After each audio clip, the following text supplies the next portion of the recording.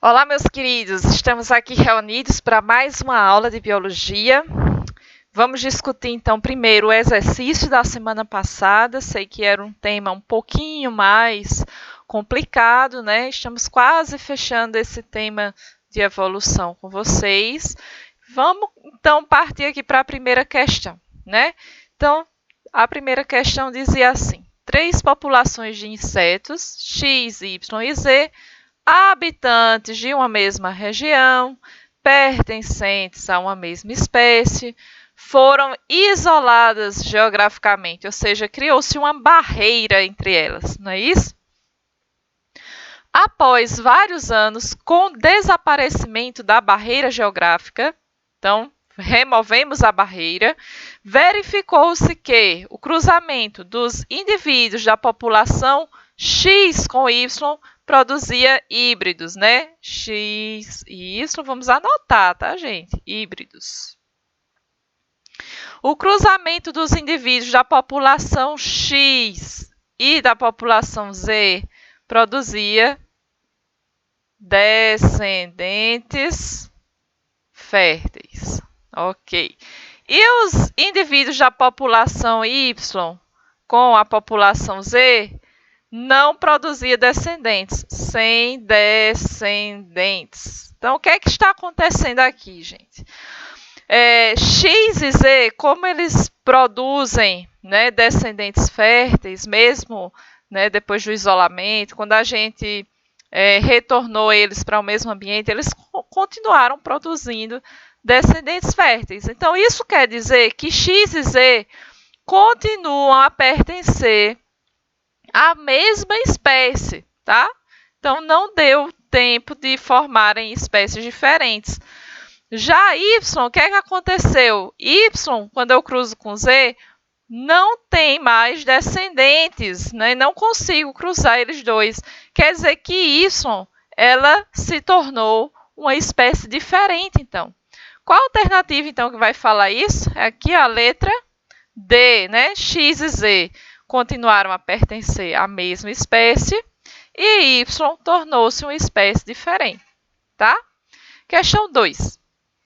As atuais raças de cão doméstico apresentam entre si diferenças tão grandes quanto as encontradas entre exemplares de São Bernardo e Chihuahua, por exemplo. Essas raças não deveriam ser consideradas espécies diferentes? E aí, gente, o que é que vocês acham? Não, né? A gente discutiu isso na aula passada, não, né?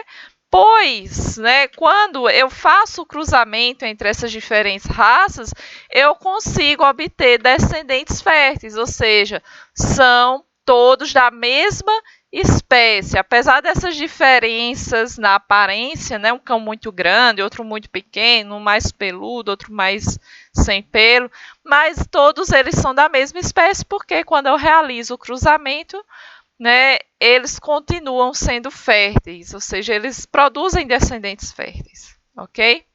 Questão 3. O processo de formação de uma nova espécie é chamado de especiação e pode ocorrer de várias maneiras. Quando a especiação acontece em decorrência do surgimento de uma barreira geográfica, como é o nome desse tipo de especiação, a gente viu na aula passada que esta é a especiação alopátrica, tá? Então, questão aqui, a alternativa certa é a letra D. Questão 4, vamos marcar verdadeiro ou falso. Primeira afirmação diz: a especiação parapátrica, aí se você não lembra, volta lá na aula, ocorre quando uma população é isolada geograficamente. Não, eu estou falando aqui de isolamento geográfico, é a especiação alopátrica, tá? Então, esta daqui está falsa. Novas espécies são formadas em isolados periféricos da população original no processo de especiação peripátrica, exatamente, tá? Aqui está falando exatamente a definição, então, verdadeiro. Na especiação alopátrica, uma nova espécie evolui de uma população geograficamente contígua, ou seja, no mesmo ambiente. Não, se é no mesmo ambiente, eu estou falando da simpátrica, né? Portanto, este daqui é falsa. E a última, na especiação simpátrica, a nova espécie surge no âmbito geográfico de sua ancestral? Sim, né? No mesmo ambiente, tá? Verdadeiro. Isso aqui vocês desconsideram, tá? Foi um errinho de digitação. Beleza? Conseguiram entender?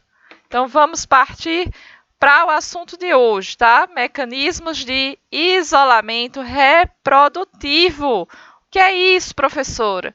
Então a gente viu que a especiação, né, ela vai acontecer quando, né, seres, né, que são de uma mesma população, a partir de algum momento, né, elas não conseguem mais cruzar entre si, né? Ou seja, aconteceu o isolamento reprodutivo. E existem vários mecanismos que levam a esse isolamento, e é isso que a gente vai estudar hoje, tá? Então, espécies, né, quando é que elas deixaram de pertencer à mesma espécie, se tornaram espécies diferentes? Quando acontece esse isolamento reprodutivo, tá? E os mecanismos podem ser pré-zigóticos, ou seja, antes, né, do acasalamento, ou seja, impedem. São mecanismos que impedem o acasalamento, ou pós-zigótico, né? Permite o acasalamento, né? O acasalamento acontece, tá? Ele chega a acontecer, mas, né, os descendentes são inviabilizados. Ou seja, eles, né, assim que forma o zigoto degenera, ou então surge um híbrido que não é descendente, que não produz descendentes. Tá? Então, temos esses dois grandes tipos de mecanismos, né? Os pré-zigóticos e os pós-zigóticos. Entre os pré-zigóticos, nós temos três tipos principais, que é o isolamento ambiental, isolamento comportamental e isolamento mecânico. Em relação ao isolamento ambiental, né, ou temporal, ele ocorre quando o acasalamento entre duas espécies é impedido pelo fato de viverem em habitats diferentes ou por apresentarem épocas de acasalamento diferentes. Muito comum, por exemplo, entre plantas, né? Aqui eu trouxe um exemplo de orquídeas que vivem na mesma região, mas as flores vão amadurecer em épocas diferentes do ano, né? Então, isto aqui é um isolamento temporal, né? Um exemplo de isolamento temporal. Acontece também com insetos, né? E o tempo, nesse caso, é muito mais curto, às vezes, só em um dia. Por exemplo, espécies são diurnas, outras noturnas. Então, isso aqui é um isolamento temporal, tá? O isolamento comportamental, também chamado de etológico, ocorre quando parceiros em potencial se encontram, mas diferenças no comportamento de cada espécie vão impedir o acasalamento. É o exemplo aqui do pavão, né? Existem várias espécies de pavão. O pavão vai exibir esta cauda, né, colorida dele para atrair a fêmea, mas a fêmea ela só vai aceitar os machos que são da própria espécie devido ao padrão de cortejo, tá? O macho tem um cortejo para a fêmea e ela reconhece o comportamento que é típico da própria espécie, tá? Ela não aceita parceiros de espécies diferentes. E temos o isolamento mecânico, né, que é quando o macho e a fêmea de espécies diferentes, eles tentam copular, mas não há transferência de esperma porque o formato do órgão sexual é diferente, não encaixa, tá? É o exemplo aqui que eu trouxe das libélulas, tá? Existem várias espécies de libélulas, tá? Aqui eu trouxe exemplo de duas espécies diferentes. Então, mesmo que ela tente copular, né, com essa espécie diferente, não vai dar certo, porque a estrutura reprodutiva, olha, tem um formato diferente, tá? E aí isso é uma barreira mecânica para o acasalamento entre essas espécies, tá? E, para fechar, temos os mecanismos pós-zigóticos, ou seja, aqueles em que vai ocorrer a cópula, mas os eventos posteriores vão inviabilizar a descendência, né? Temos, por exemplo, a mortalidade gamética, né, que é quando a transferência dos espermatozoides ocorre, mas aí eles não vão sobreviver, e aí isso inviabiliza a fertilização. Ou podemos ter a mortalidade em um evento posterior, né, do zigoto, ou seja, tem, né, a fertilização do óvulo, mas aí o zigoto ele não sobrevive, ele morre logo em seguida. Como exemplo, eu trouxe aqui o acasalamento entre o carneiro e a cabra. São espécies diferentes. Elas conseguem copular? Sim, tá? Mas a fecundação do óvulo não vai ocorrer. Aqui o óvulo da cabra não vai ser fecundado e não vai gerar um descendente.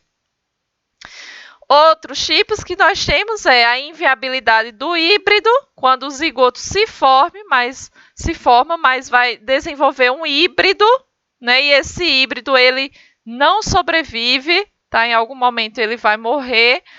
Ou o híbrido ele pode chegar a nascer, mas ser parcial ou completamente estéril, né? Aí a gente fala de esterilidade do híbrido, que é aquele caso clássico que a gente falou do cruzamento do cavalo, né, e com o jumento, tá? Que aí vai nascer o quê? A égua e o jumento, no caso, né, que é a fêmea aqui do cavalo, né? Então, quando a égua e o jumento cruzam, vai nascer, né, a mula ou o burro, né? E aí esses seres aqui, a mula ou o burro, eles são estéreis, ou seja, não vai ter descendente, tá? Então vai parar aqui. Tá? Então, isso é um mecanismo pós-zigótico também, tá? Então, eu espero que, né, a aula tenha ficado bastante clara. Vamos tentar praticar um pouquinho agora na atividade, tá?